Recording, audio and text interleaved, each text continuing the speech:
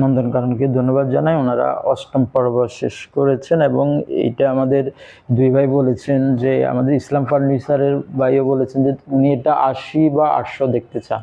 আমরাও এরকমই দেখতে চাই যে এটাই কন্টিনিউ হবে, চলতে থাকবে। এই বই পাওয়ার পর রিজভী ভাইয়ের সাথে একদিন কথা হয়, কথা প্রসঙ্গে আমি ওনাকে বলেছিলাম যে আপনার যে বই এটা তো অনেক ভালো বই, এটা নিয়ে পাঠচক্র হওয়া উচিত, তবে একদিনে বা ২-১ ঘন্টায় বসে এই বই সম্পর্কে আলোচনা করাটা অনেকটা টাফ। এখানে যে বিষয়গুলো আছে এটা নিয়ে ৫-৬টা চক্র হতেই পারে, আলোচনা চক্র, এটার মধ্যে আমি হয়তো এটা করা সম্ভব হবে। তো আমি সামান্য কিছু করবো। পুরা বইটা যেহেতু এটা পুরা বই পড়তে গেলেই এবং এর সাথে রিলেট করে এগুলো দেখতে গেলে এই বই পড়তে লাগবে ১ মাস ১.৫ মাস। তো এটা আলোচনা কখন করবো, এই কারণে মনে হয় এটা একদিনে করা ঠিক হয় না। আপনারা পরে আরও এটা নিয়ে আলোচনা করতে পারলে ভালো, এবং এই বিষয়টা সবাই জানা দরকার। আমরা জানি ইতিহাস, কোনো একটা জেলার ইতিহাস যখন বলবো বা কোনো দেশের ইতিহাস যখন বলবো, ওই ইতিহাসটা শুধু রাজা বাদশার ইতিহাস এটা হবে না। ওই ইতিহাসের সাথে একটা অঞ্চলের মানুষের প্রতিদিনকার জীবনযাপন প্রণালী, তাদের খাদ্য, ওই এলাকার মানুষের জীবন জীবিকা নির্বাহ, নদী নালা, সব বিষয়গুলো থাকবে। এই সব বিষয়গুলো এখানে উঠে আসছে। তো আমি বইয়ের ভিতরে যাওয়ার আগে রিজভী ভাইয়ের প্রতি কিছু অনুরোধ রাখবো যে আপনার যে বইটি, এই বইতে যে বিষয়গুলো আছে আমার মনে হচ্ছে যে এইটা যদি কালানুক্রমিকভাবে যদি সাজানো যেত আরও ভালো হতো। যেমন প্রথমে আপনার বুকাননের বিষয়টা আসছে, তার লেখাটা, এটা না এসে ফেনীর উৎপত্তি কীভাবে হয়েছে, ফেনী নামে, এটা মনে হয় প্রথম দিলে তাহলে প্রথমে একজন পাঠক যখন শুরুই করতেন তখন উনি প্রথমে ফেনীর নামকরণের ইতিহাস বা ফেনীর উৎপত্তি ইতিহাসটা জানতে পারতেন। এটা হলে ভালো হতো এবং বুকাননের নামটা, এই লেখাটা পরেও আসতে পারত।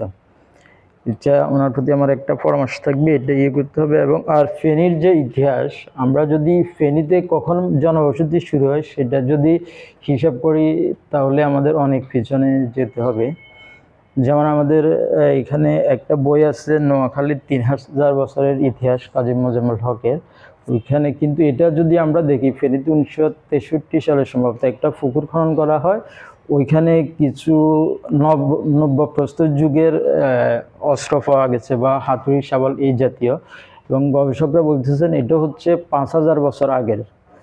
তাহলে ফেনীতে কিন্তু আমরা যদি এই জিনিসটার সমর্থনে আরও একটু পিছনের দিকে যাই, আমরা যারা মুসলমান আছি আমরা জানি যে হজরত আদম আলাইহিস সালাম পৃথিবীর প্রথম মহামানব, এবং ওনার পরে নূহ আলাইহিস সালামকে দ্বিতীয় আদম বলা হয়ে থাকে। এই যে আদমের অনেকগুলো বংশধর রয়েছে, আদমের পুত্র একজন হচ্ছে শাম, শামের ছেলে হিন্দ, হিন্দের এক ছেলে অথবা তার নাতি এরকম বলা হয়, যার নাম হচ্ছে বং। তাহলে এই যে হিন্দুস্তান আমরা যেটা বলতেছি, এটা হিন্দুস্তানটা হিন্দের নাম থেকে আসছে, হিন্দ এখানে বাস করতে, এবং তার এক ছেলে বং, এই বং এর সাথে আল যুক্ত হয়ে, এটা দুই ধরনের ব্যাখ্যা আছে, যে কেউ বলতেছে আইল অথবা অন্য আরেক পক্ষ বলতেছে বং এর সাথে যে আল, আল মানে হচ্ছে জাতি, বং আল, বং এর জাতিরাই হচ্ছে বাঙ্গাল। তাহলে এই যে বাংলার ইতিহাস যদি আমরা দেখি, বাঙালির ইতিহাস, তাহলে ইতিহাসের সাথে ফেনীর ইতিহাসও কিন্তু জড়িত, যেহেতু এখানে ৫০০০ বছর আগের নব্যপ্রস্তর যুগের কিছু নিদর্শন পাওয়া গেছে, তার মানে এর আগে মানুষ বসবাস করত। তাহলে এই যে জিনিসটা যদি সম্পাদক সাহেব এই লেখাগুলো শুরু করার আগে আপনি যদি একটা বড় আকারের ভূমিকা লিখতেন, তাহলে এই বইয়ে কালের ইতিহাসটা আরও অনেক বেশি ক্লিয়ার হতো বলে আমার বিশ্বাস।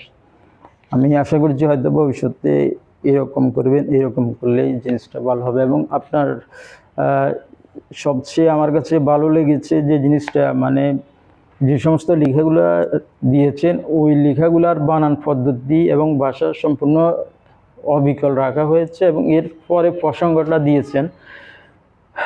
প্রসঙ্গের ক্ষেত্রে কিছু কিছু জায়গায় আমার কাছে মনে হয়েছে যে আরও বেশি ব্যাখ্যা বিশ্লেষণ করা যেতে পারতো, কিন্তু আমাদের পরশুরামের দিকে রাস্তাগুলো অনেক উঁচু কেন, উনি এটার একটা দিয়েছেন যে এখানে ইংরেজ কালেক্টর বা ইংরেজের লোকেরা যে বন্যা থেকে রক্ষা করার জন্য এই রোডগুলোকে অনেক উঁচু করেছেন। উনি বলছেন না, এটা উঁচু হওয়ার কারণে দুই পাশে পানি জমে যায়, ফলে বর্ষাকালে এটা আস্তে আস্তে পানি জমতে জমতে একসময় সব ভেঙে আরও বেশি খারাপ অবস্থা তৈরি করে, এবং উনি এটার জন্য রাস্তাগুলোকে নিচু করার কথা বলেছেন, এই জাতীয় কথাগুলো এখানে এসেছে। তাহলে এখানে আমরা যদি ফেনীর ইতিহাস ধরি, আবার বলা হচ্ছে ফেনী স্থপতি হচ্ছেন নবীনচন্দ্র। এখন নবীনচন্দ্র হচ্ছেন একজন মহকুমা প্রশাসক, তার আগে যিনি প্রথম মহকুমা প্রশাসক ছিলেন নবীনচন্দ্র হচ্ছে দ্বিতীয় প্রশাসক। তাহলে প্রথম প্রশাসক সম্বন্ধে আমরা কোনো তথ্য জানি না কেন? এই বিষয়টা যদি আমরা না জানি তাহলে ফেনীর ইতিহাসটা তো আর সম্পূর্ণ ইতিহাস হবে না, কারণ প্রথম প্রশাসক সম্পর্কে আমরা কিছু জানি না, নবীনচন্দ্র থেকে জানা আসে। তাহলে এখানে একজন গবেষক হিসেবে যারা গবেষণা করবে এই বিষয়টা অত্যন্ত বেশি আমার মনে হয় যে ধরা দরকার, যে আমাদের প্রথম থেকে শুরু করতে হবে। এখন এই নবীনচন্দ্রের আগে যিনি প্রশাসক ছিলেন ওনার সম্পর্কে কোনো না কোনো বিষয়তে অবশ্যই আমরা যদি পুরাতন নথিপত্র ঘাঁটি সেখানে অবশ্যই পাওয়া যাবে, অথবা বিভিন্ন গেজেটিয়ার, যেমন ইংরেজ সরকার আমলে নোয়াখালী গেজেটিয়ার, ত্রিপুরা গেজেটিয়ার নামে এরকম বিভিন্ন গেজেটিয়ার আছে, ওই গেজেটিয়ারগুলোতেও এই বিষয়ে থাকতে পারে। অথবা এই রিজভি এই সমস্ত বিষয় নিয়ে গবেষণা করেন, উনি আরও বেশি সোর্সগুলো কোথায় পাবেন সেটাই পারেন। তাহলে ফেনীর ইতিহাস যদি আপনি পূর্ণ করতে চান এই বিষয়টা কিন্তু অবশ্যই থাকতে হবে।